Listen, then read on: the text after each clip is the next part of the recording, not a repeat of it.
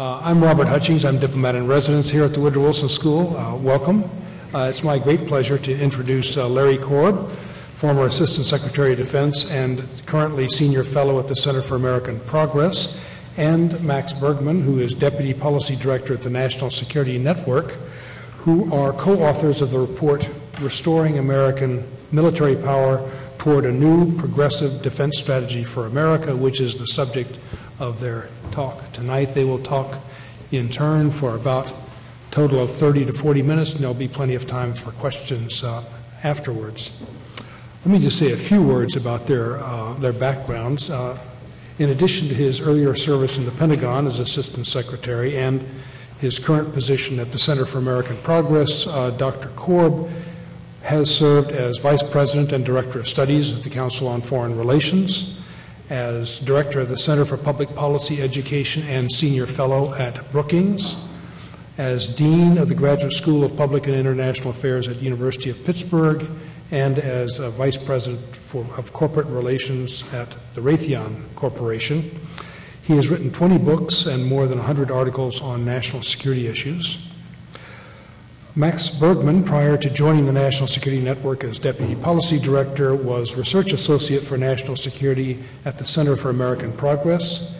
In addition to Restoring American Military Power, he has co-authored the reports How to Redeploy, Implementing a Responsible Drawdown of U.S. Forces in Iraq, Marine Corps Equipment After Iraq, and Beyond the Call of Duty, a comprehensive review of the overuse of the U.S. Army in Iraq. You get a sense of where the conversation is going with the current project.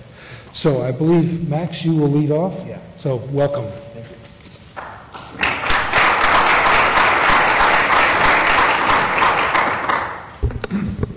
Thank you very much. It's a great honor to be here at the Woodrow Wilson School. When Larry and I started working on this report about 2 years ago, many of the ideas and recommendations within the report weren't really in vogue in defense circles in Washington.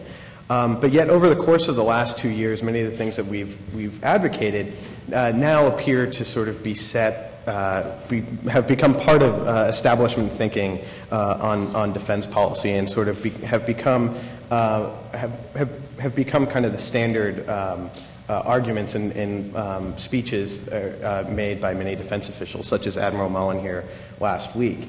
And I think if you look at the debate, it's shifted dramatically. That 5 years ago, when the center first opened, the debate over Iraq, for instance, was we had a strategy from 2003 to 2005 that was about search and destroy. That was an approach. The approach of the U.S. military was highly kinetic. It was about killing bad guys. And some even suggested that the rules of engagement that we had on the ground in Iraq were too strict and that the gloves needed to come off even more. Yet I think in the last few years the military has released a field manual on counterinsurgency operations. There's a growing sense that stability operations are increasingly important. And in the COIN manual that was released a few years ago, it read that the primary function of the Army in COIN operations is to protect the populace. And we think this represents sort of a real shift. And it's not simply that Iraq has sort of changed everything, that because of General Petraeus that the military has shifted. I think it's also that in the broader foreign policy debate, there's been a tremendous shift between sort of with realists and liberal internationalists, that there's sort of been a convergence between these two schools. And so I'm going to talk briefly about a few things. First, I want to sort of outline the elements of this new strategic consensus that I think has sort of developed. And the second is sort of describe how we have arrived at this consensus. And the third point is the implications going forward. So first, the basic argument that I would make is that for the first time since the end of the Cold War, there's a loose Washington consensus that has emerged that cuts across party lines and throughout much of the leadership of the Pentagon on the nature of the strategic security environment. And there's a real sort of consensus that there is a tremendous need for reform. I think that this consensus looks at holds that weak and failing states, along with transnational actors or forces, not simply strong or powerful states, represent a major potential challenge to the general security of the United States. but also to the proper functioning of the international system as well. So I think the general trend has been that now all of a sudden weak and failing states should be a tremendous focus of our national security, and that what happens in the international system has a tremendous impact on the U.S. While this may seem to be sort of obvious, I think there is real debate about it. And I sort of want to step back and look at what happened at the end of the Cold War. That I think the realist approach following the end of the Cold War that was sort of embedded with Colin Powell's Powell Doctrine and with the two regional contingencies approach, that we needed to fight two regional wars, really demonstrated kind of a lack of strategic coherence. That instead of reforming our military at the end of the Cold War, the two regional war doctrine, which was there's going to be Korea or Iran or Iraq, that we needed to fight two wars simultaneously, essentially called for a military that looked a lot like the one that we had at the end of the Cold War. And that Colin Powell's doctrine, the Powell Doctrine, I think laid down some markers that have provided some real guidance going forward, that the political objective has to be clear when you go into an engagement, and that there's a need for popular support, and that the military force brought to bear on the objective should be overwhelming, and that there needs to be a clear exit strategy. But one of the things that Powell's doctrine sort of ran into was the realities of the engagements that we started to get into. That the liberal internationalist view that we had to sort of become involved in the Somalias and the Bosnias and the Kosovos didn't really create an opportunity to provide those sort of clear political objectives and those clear political end strategies, that we didn't really know when our political objectives were going to be met. And I think this created there was real contention. In Powell's memoir, for instance, he talks about how between Albright and himself there is a debate over Bosnia, and Albright sort of remarked that what's the point of having such a superb military if you're talking about how we can't use it? And Powell responds that he thinks he's going to have an aneurysm, that American GIs were not toy soldiers to be moved around on some sort of global game board. And I think the Pentagon really adopted that view, that these operations weren't essential operations, that these were ones that were distractions. And the dismissive phrasing, operations other than war, which how operations in Bosnia were classified and other peacekeeping operations, I think reflected that this wasn't the concern. And then when there was a RAND study by Jim Dobbins that pointed to the fact that these operations were never really institutionalized within the military. We never went about trying to develop an approach to stability operations. And I think that was sort of emblematic of the real fissures in how the strategic environment was viewed. And then, of course, in the late 90s, the neoconservative movement emerged. And this sort of saw that the United States could be surprised by regional actors, that the rise of technology meant that countries could develop weapons programs suddenly and could surprise the United States and threaten the United States. But they also saw that the U.S. military could be used very aggressively and believed that the United States could defeat these rogue regimes easily. And I think this combined with the emergence of the concept of transformation, that the idea that the military was transforming itself through technological advances, really led to sort of the perfect storm, which we have when we have Secretary Rumsfeld, with this belief that we have to act, and we have to act against states, and that states are the key focus.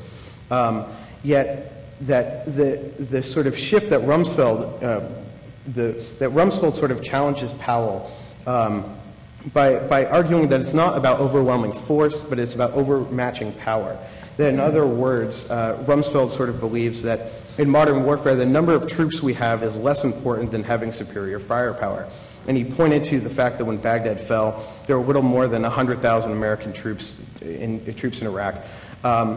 And we see this with the shock and awe and the sort of speed kills quote from Tommy Franks as U.S. troops sort of rushed into Baghdad.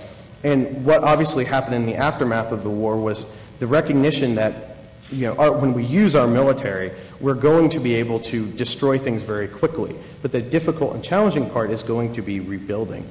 And so I think I think we've sort of merged at kind of a strategic consensus on where the military needs to go. I think there's a lot of division over what we actually need to do, but on the grounds of the need to focus on how the military is able to build things and enter into failed states and start to begin to construct societies and do nation building, things that it never really wanted to do. I think there's been a tremendous advance. And I think there's some concrete examples of this. I mean, I think first that the Navy, with its new strategy, a cooperative strategy for the 21st century sea power, really took a new tack. It didn't talk about China as this sort of upcoming tremendous strategic threat. It gave it real sort of indirect treatment. And there's a big emphasis on the interdependence that we have and the need to sort of police the world's oceans and the need to prevent instability. And Admiral Mullen, who was here last week, one of his main programs has been the 1,000 Fleet Navy, or the Global Maritime Partnership, which is essentially working to partner with other nations that we can further develop our capabilities and we can rely on others. And also, if you just look at Navy ads, for instance, that they look more like Peace Corps ads now, where you have the Navy showing that, you know, if you join the Navy, you can go respond to the tsunami in 2004. You can go to, in Hurricane Katrina, the Navy was there, and in Bangladesh.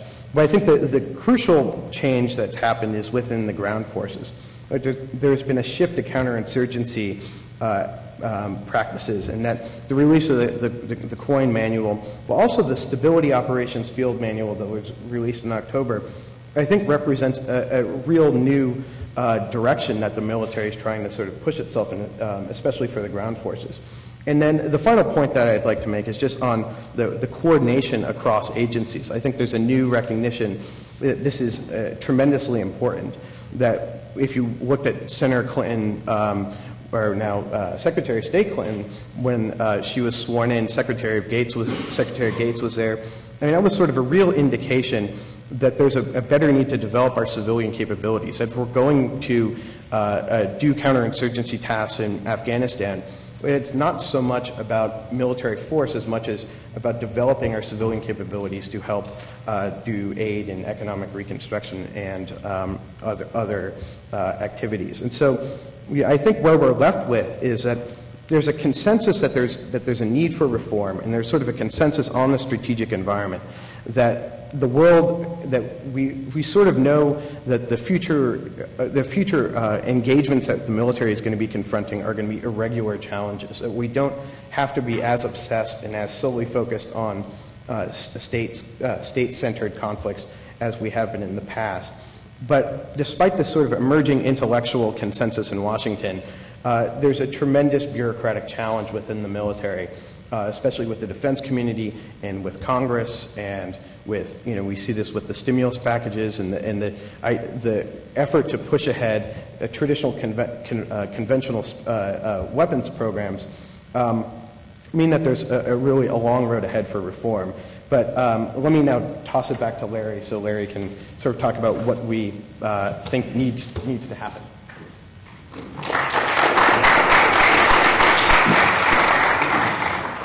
Thank you, Max, and thank you, Ambassador, for inviting us here. It's a great pleasure to be here.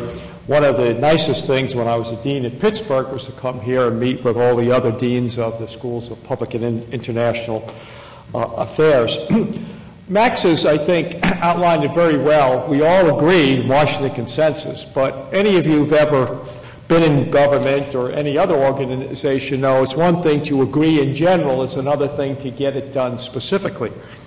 Back when I was working in the Reagan administration in the Office of the Secretary of Defense, one of the things you do is you get the budget requests of the individual services and you go over them to make sure they're supporting the president's strategy, and then you send them back to the services and say, well, you didn't put enough here, you put too much there. And one day this admiral came in to see me, and he said, I don't understand it. I said, what do you mean? He said, you tore our budget request apart.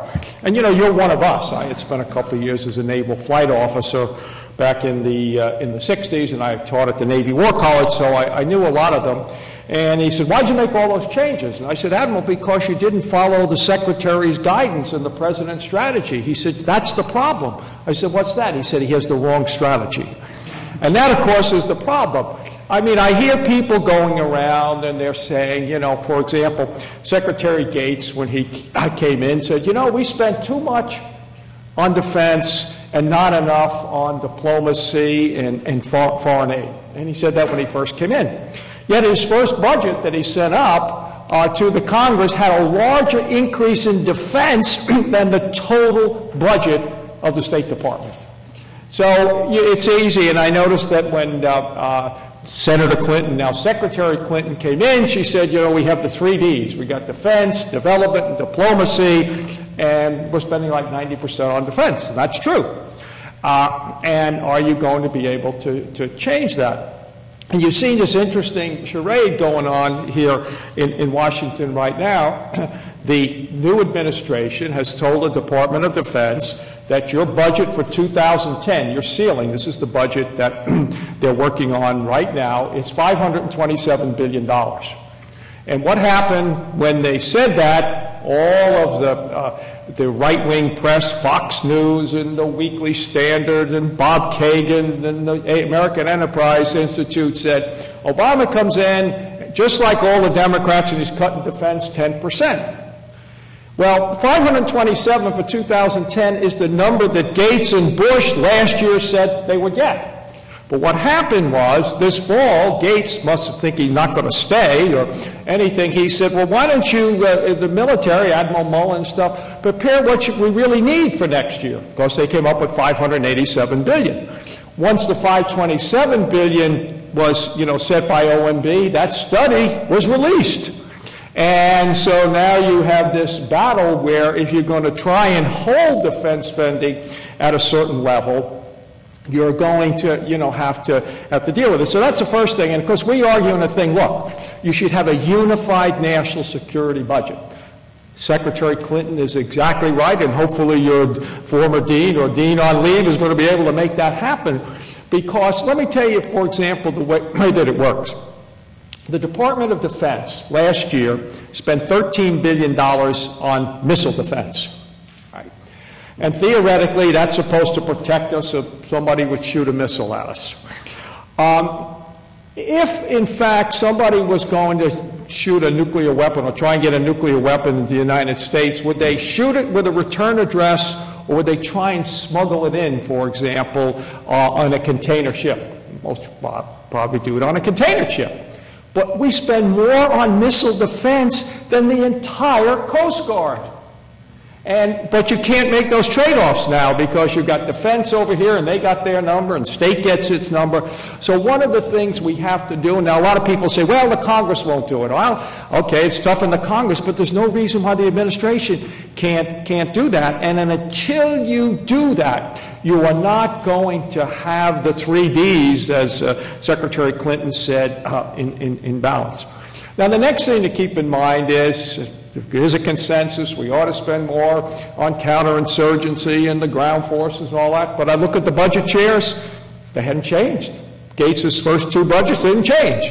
Now, maybe they'll change this year, but the fact of the matter is that, again, unless you change the budget shares of the Navy, the Army, and the Air Force, you're not going to be able to do this. Now, everybody is right. After Vietnam, we decided not to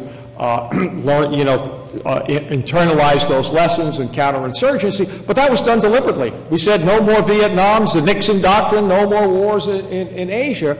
And a lot of people are arguing now, we argue in here, we argued a couple of years before, and the Bush administration finally did it, you got to increase the size of the ground forces. Now a lot of people are saying, well, why? We don't want to do any more Iraq. We've done that. We're not going to do that again. Now, we argue in here that you should do it because if you look at the threat environment, to me the most dangerous place in the world is Pakistan. And if you have to go to Pakistan to deal with that, you're going to need forces on the ground. But more important than that is we have a moral obligation to the men and women who volunteer to serve us that we give them adequate time at home in between deployments. If you take a look at what we've done, and in our report we talk about this, the state of the, particularly of the ground forces. What has happened is, because it's not large enough to fight in Iraq and Afghanistan, we've had to extend these people. When I was in government, one of our policies was for every day, year you spend in a combat zone, you should get at least 2 years at home. And one to sort of recuperate, get your life back together, the next to train to go back.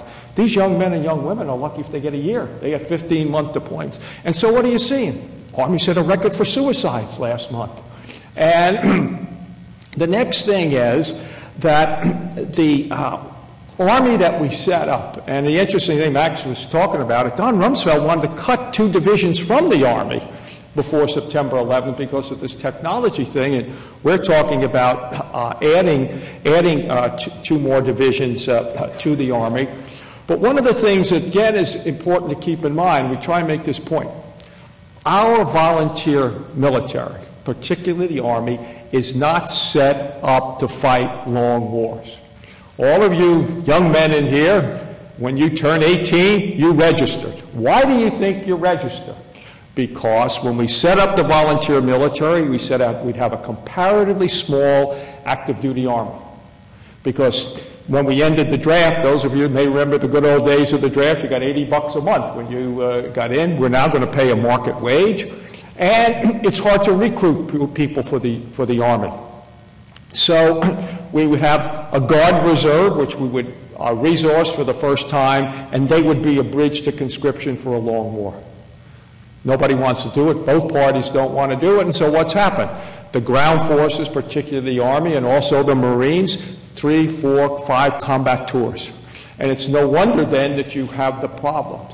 The other problem you have is when you fight long wars, American people, we're very impatient. We want things to be solved, and we want them to be solved quickly. When the wars drag on, mothers, fathers, priests, ministers, rabbis, coaches discourage young people from volunteering. And when they don't volunteer, the Army has to continue to lower its standards. And what's happened? Last year, our Army, took in over 8,000 people that they gave moral waivers to. You know what that means? Criminal convictions. And that's in addition to obesity and age and all of these other things that they've done. So President Obama has inherited an Army that really is in crisis. We urge, rebuilding it, but not lower your standards. I can tell you from personal experience, also every analytical thing is, if you take in people who do not belong there, you're going to cause all kinds of other problems. As I told somebody, our Army is taking in people that the NFL wouldn't draft, because of the standards. They do background checks before they make their appointments, and so what's happening is you have a long-term problem. This is going to take a while to do that, and our report basically, we say, don't lower your standards and prioritize people. Now, there's a big to-do. People who may lose if you go to a counterinsurgency strategy, like the Air Force and their F-22, which is this fighter plane that costs about $380 million a copy, and it's a terrific plane. But as Secretary Gates said, well, we haven't used it against the Taliban yet, so we got 187, why do we need more? So he said, I don't want any more, but he doesn't close the production line.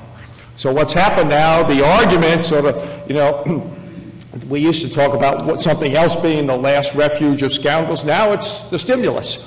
Says, well, you can't cut these programs. You're going to lay people off. Well, if you want to use defense as a stimulus, here's what you do. You build more military houses so the people can live better. You get the construction projects that will improve the quality of life that are sitting on the shelf. Get them out there. That's what you need to do.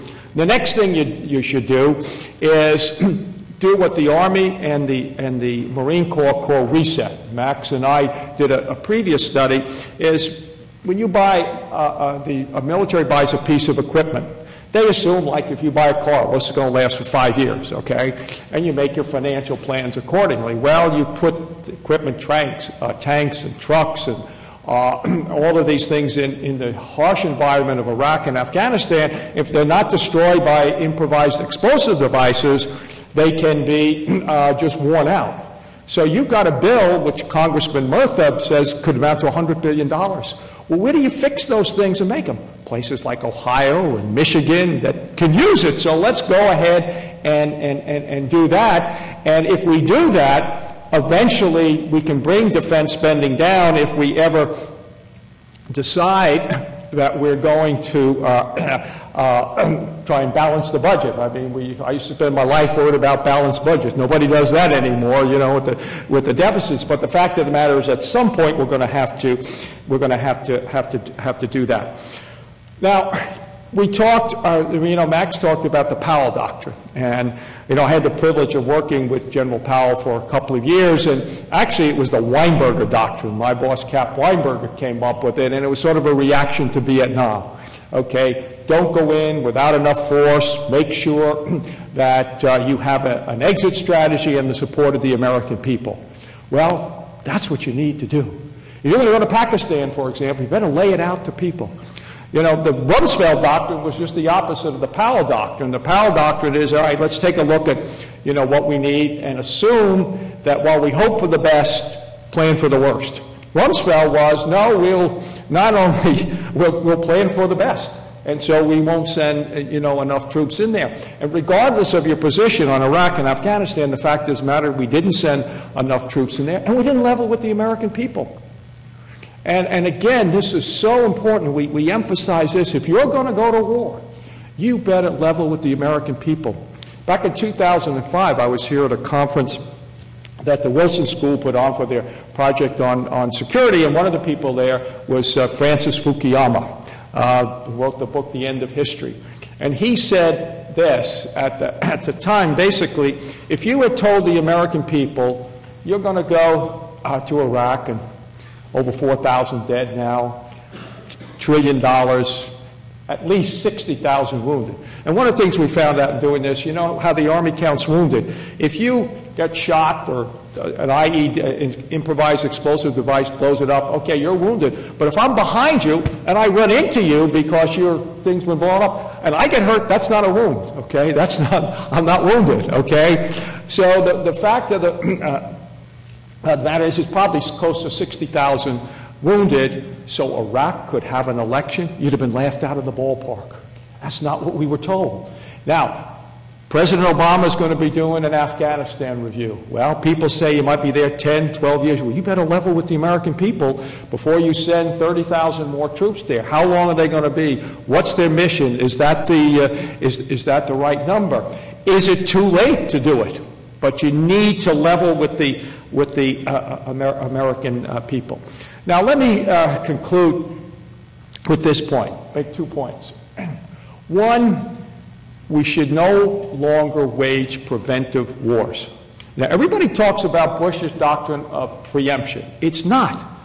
Preemption means if I have knowledge, if we knew the Japanese were on their way to Pearl Harbor, or the Israelis in '67 when they were surrounded by, hundreds of thousands of troops from the Arab nations, that's preemption, every right to attack. Preventive war says, no, you could be a threat in the future, so we ought to take care of it now.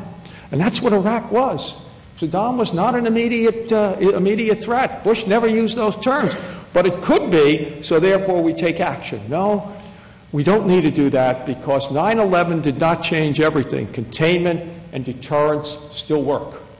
And we need to keep that in mind. If you want to wage a preventive war, do what the first President Bush did in 1990. Go to the UN, and not only do we get 200,000 troops from other nations, that war cost us nothing because everybody contributed to it. So if you want to do it for legal reasons, you should do it for practical reasons.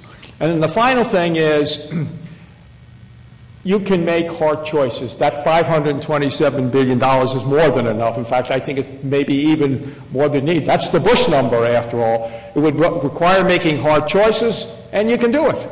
Cancel the F-22, the V-22, over $100 million for a helicopter. The DDG-1000, this destroyer, which we recommended canceling. Now the Navy wants to cancel it, but a lot of folks in the Congress don't want to cancel it because it's built in a couple of shipyards. Nuclear weapons, okay? Why do you need 6,000 operational?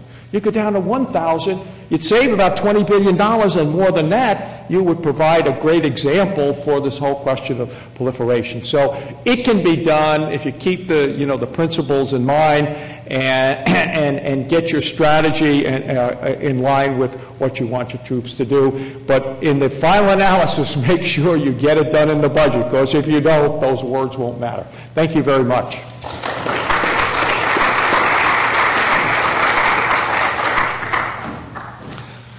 Okay, thanks very much, Larry and Max. We have time for questions. I'll sort of field the questions, and then you can ask questions of me if you want. You just won't like the answer, so I'll refer the questions to them. Sir. Yeah, please.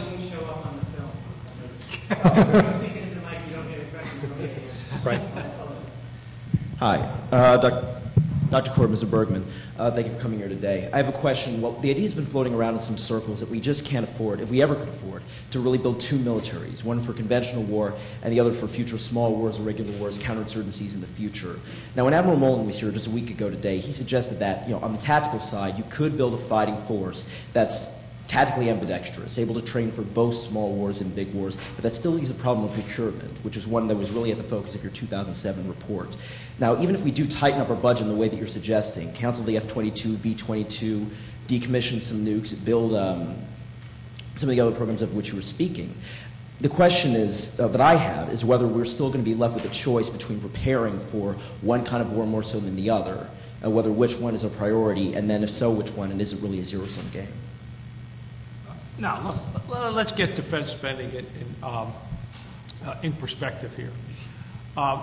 In the last decade, the defense budget, the baseline, not the war fighting, the regular defense budget, has gone up in real terms, that is discounting for inflation, 43%.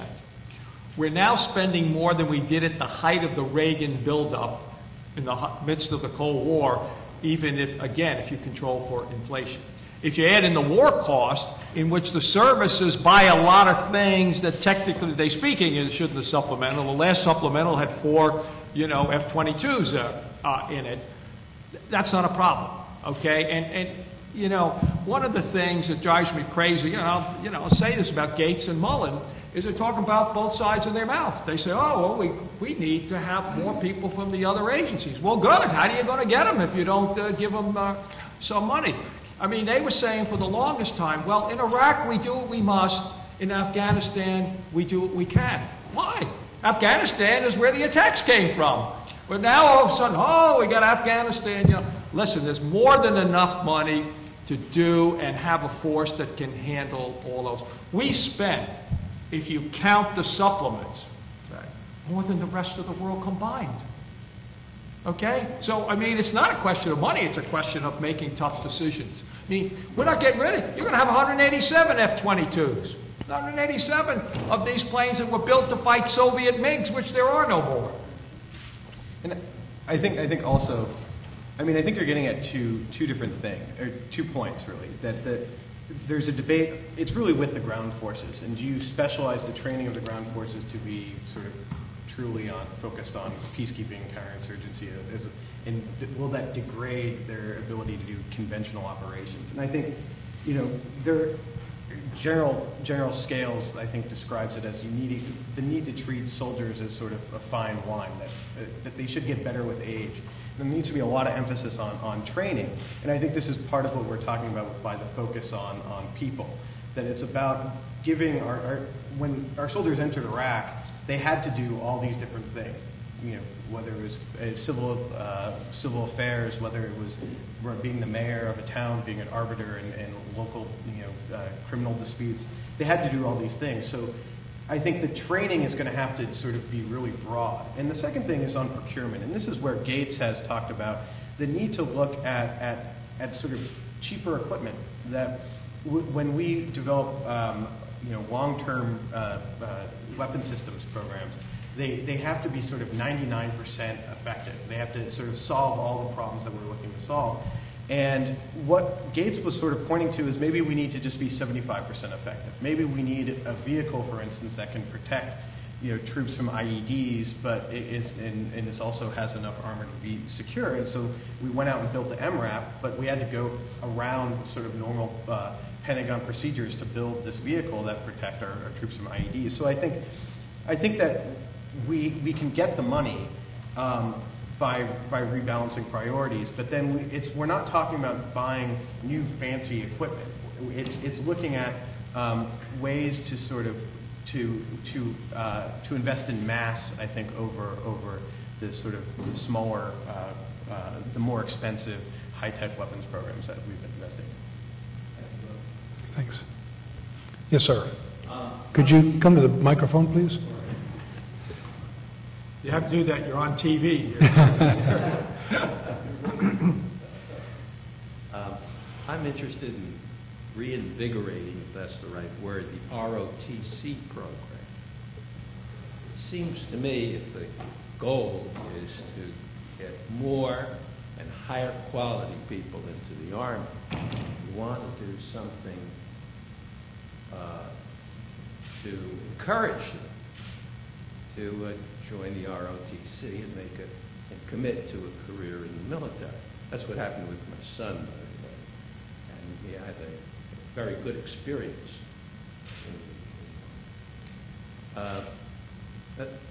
That program, it seems to me, has been neglected for the last 8 or 10 years. What would you suggest along those lines? Well, the program hasn't been neglected. What's happened is that during the 60s, many of the Ivy League schools, except for this one, threw off ROTC off the campus. Cornell, okay, all right. Let's go see get them. And now, of course, you have the thing about the gays in the military is keeping them out. Now, one of the important things recommendations we make here in this is drop the ban on gays in the military. It's ridiculous. Owen West, the other day, and he's the son of a guy, Bing West, that I used to work with in government at the Navy War College, put it well. He said, you're taking felons instead of people, sexual orientation. Doesn't make sense. So I think once you do that, it'll be easier to, overcome this. I spoke to somebody, they're trying to get it back at Columbia, and they came down to see me, and, that's the sort of the hang-up if you get rid of that. But I think it's right. You should make sure that people, who come from maybe a higher socioeconomic level, do have that opportunity. The Army officers are having a terrible time because you've got two things going on here. One is called stop loss, and the other is your 8-year obligation. If you graduate from ROTC or West Point, you have a 5-year military obligation.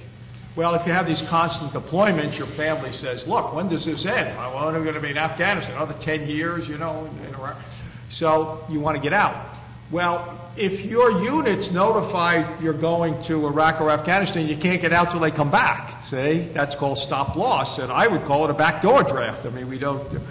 And then the other thing is, let's say you get out after 5, you have an obligation for 3 more years. We can call you back anytime, even if you don't join a reserve unit. See? So, I mean, that's some of the things. And even with that, the promotion rates, I don't know if any of you have been in the service, like for captains to majors, virtually 100%. And I think major to lieutenant colonel is like 97 or something like that, because, again, you're losing a lot of people you got in the first place, but you haven't treated them well. Do you have any recommendations about the service academies in your proposal? Sorry? Any recommendations one way or the other about the service academies? Well, I mean, basically, what we said is unless you start treating people right, you're going to lose. I mean, we talk about making people the highest priority. In terms of things like the quality of life. When Rumsfeld took the troops out of Europe, he was mad at the Europeans. He wants to bring them home. They didn't have any facilities back in the States for them. And so, they come back and they're, crowded and things like that. And, I mean, people have got to be your highest priority. The Bush administration... Excuse me, I'm sorry.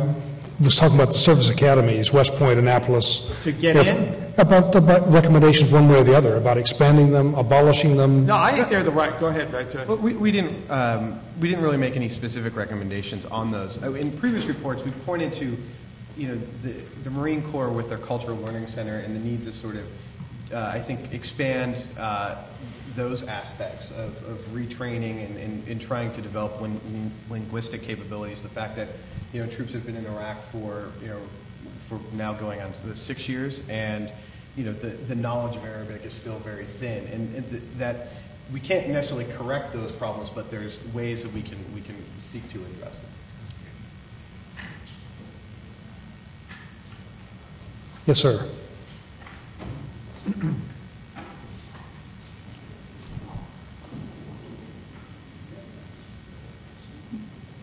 think you mentioned the growing Washington consensus on defense strategy. Behind that consensus, is there a corresponding political consensus on the nature of the threat? And if so, could you summarize it? Well, I think yes, but I mean political tendencies change. I think if you were to look at, for instance, the last campaign, Senator McCain was a huge advocate of the counterinsurgency principles that were being advocated by General Petraeus, and the differences on defense. They weren't all that apparent. I mean, there was that McCain attacked Obama a few times on defense spending, yet was also a big advocate has been a huge advocate of defense budget reform, and has consistently spoken out on the need to address out of control spending and weapon systems that weren't needed. I think what's happened is that Iraq has sort of been a real punch in the gut to a lot of the more outspoken neoconservatives on a lot of the sort of overall strategic argument that whether we should rebalance our forces or not. I don't think there's any disagreement there. I think where the disagreement is really over the size of the defense budget. I think where what we've seen in just the last few weeks with Robert Kagan's op-ed in the Washington Post is that, and Tom Donnelly at AEI, is that conservatives are pointing to the need to spend a lot more on conventional weapons programs. So there's this consensus that we need to rebalance and we need to do everything as opposed to just focus on conventional forces. But whether we rebalance by cutting some of the conventional focus that we advocate, or whether we just spend a lot more. And I think I think where the argument now is really over resources, and I think that will sort of continue going forward. But the other point I think is the other thing that I think could break the consensus is I think there's a lot of people who are very hesitant about Afghanistan, particularly on the more progressive side, who don't really see that we have a coherent strategy or approach. And there's also sort of a fatigue that, do we really want to prepare our military to do the sorts of operations that we've seen in Iraq? And I think that's where the consensus can break. My response to that is when we use our military, if we are called upon to use it, what we've seen is that the outcome is likely going to be, we're going to be incredibly victorious, tragically victorious, in which then we'll have to do some sort of stability operation. So the military needs to prepare for this, but we need to be wise about how we sort of execute it. Yeah, the one group that's against it is the true conservatives, the Pat Buchanan conservatives. They're very upset about Secretary Clinton and Holbrooke back. We're going to be doing Bosnia and Kosovo and Darfur and all of this type of thing. Yes, sir.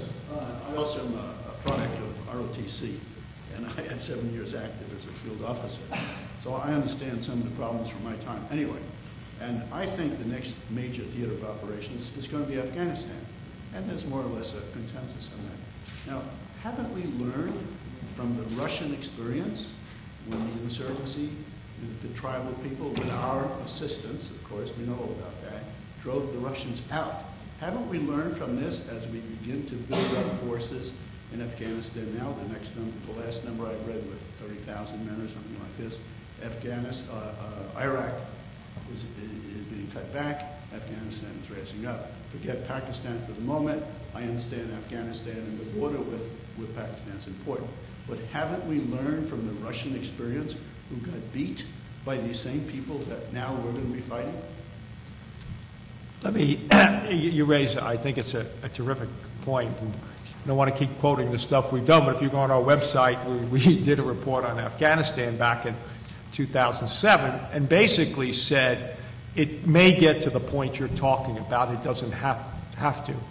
And after we did our report, Senator Kerry wanted to give a speech on Afghanistan, wanted to talk to me about it, and he made the same points that you did. I don't know, we may be there yet, but I don't know if we are because, again, the Afghanistan people wanted us to come. This was different. In other words, I wouldn't say, to use a terrible term, we were greeted as liberators, but we were greeted, they didn't like the Taliban. They wanted them out. Where they got upset at us is we didn't put enough money into reconstruction. Do you know at the Bonn conference, the Iranians pledged more than we did? Bush talked about a Marshall Plan and then sent $700 million, not billion, to the place. And what's happened now is the Afghans are going with the Taliban because they don't think we're going to stay the course. That's what they're concerned with. It's not that they like them. I mean, and the Soviet and the British were different. I mean, they were in there to run the place, They're just concerned, not that we'll stay, that we won't. And they're kind of hedging their bets. And let me say something else. It's very interesting. For Democrats, the way to kind of be seen as strong on defense was to say, Iraq's the wrong war, we're all for Afghanistan. So they kept talking about, and Obama would say, going to send 2 to 3 brigades, and never, what was your strategy or anything like that. Now, of course, you got in there, the question is 2 to 3 enough? Which, that would be 10,000 troops. You want 30,000, which the military wants. What will they do? Will they be an advisory corps? One of our recommendations in here is to develop an advisory corps of people who go in and train the Afghanistan, our military. It also, and I think one of the things we learned from Iraq is it needs to be a diplomatic and regional strategy. You're not going to achieve your objectives, which of course then we haven't decided what our objectives are. When Obama first met with the military, he said to them, I asked him for 30,000 more troops, he said, what's the end game? And they said, we don't know. 8 years and you don't know? I mean, that's the old Powell doctrine. What's your objective, when you go in there? So, yeah, those questions all need to be answered so we don't end up at as they call it, the graveyard of empires. I think one of the real challenges, and there's been a real sort of vacuum in a lot of the talk about Afghanistan, is that the tremendous challenges in Pakistan. And so you can have a great strategy for Afghanistan that can't be successful because of Pakistan. During when the Russians were in, we used Pakistan to help destabilize the Russians, and I think what's the right Pakistan policy is almost just as important as what the right Afghanistan strategy is. And you ask people, and no one really knows.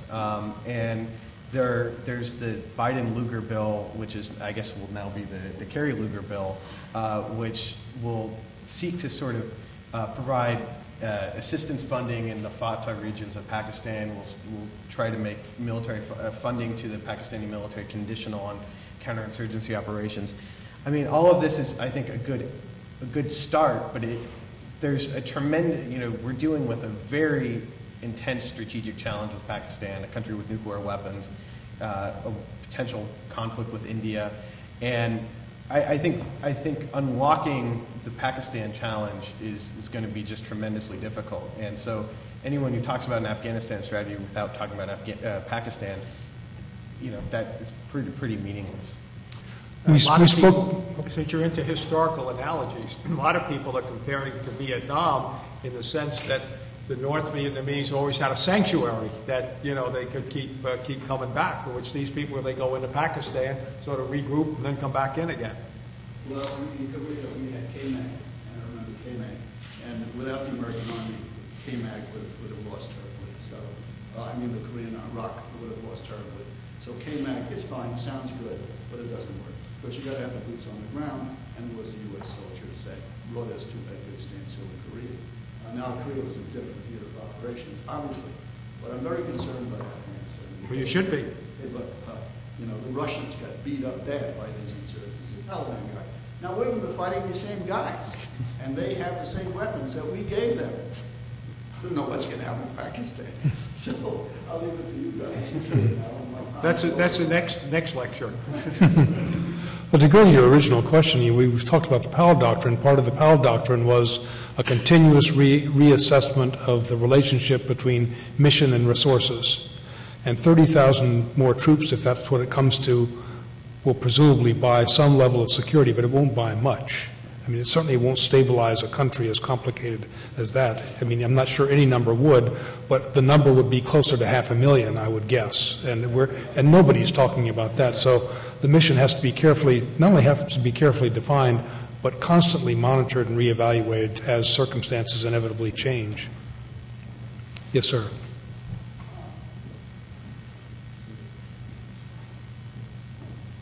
I was an officer in a drafted army, courtesy of ROTC, and as a journalist, I covered the drafted army in Vietnam, and then also covered the transition to an all-volunteer force. The questions I have go to the efficacy and longevity of a volunteer force. You suggest adding 2 army divisions. With rising unemployment and economic, in a very severe economic downturn, the military services are meeting their quotas.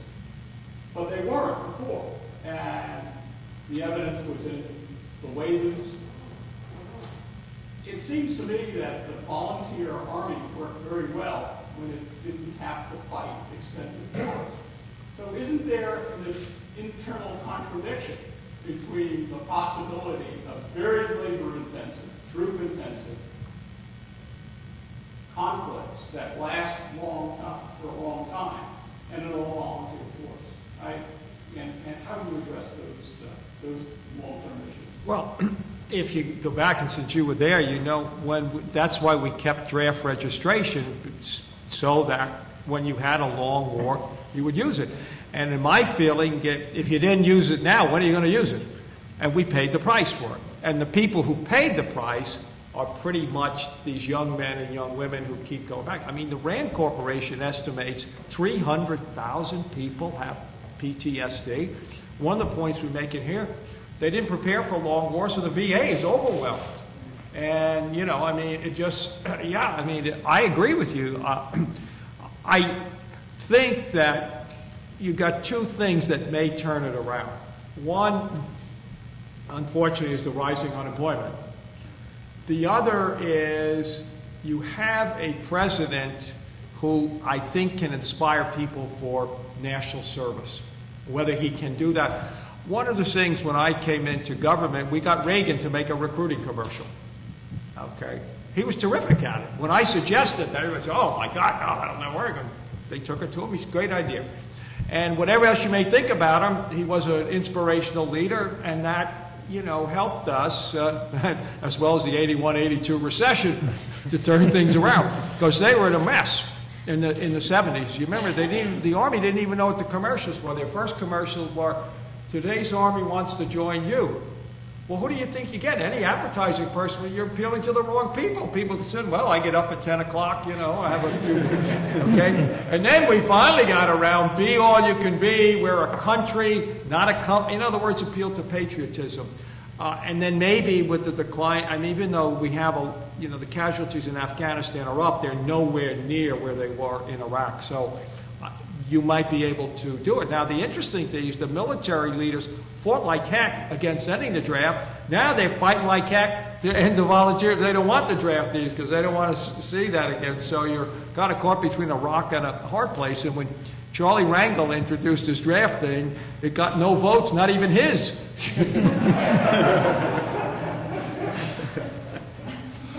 Okay, thanks very much for joining us, and thanks for the questions. So, Larry and Max, thank you.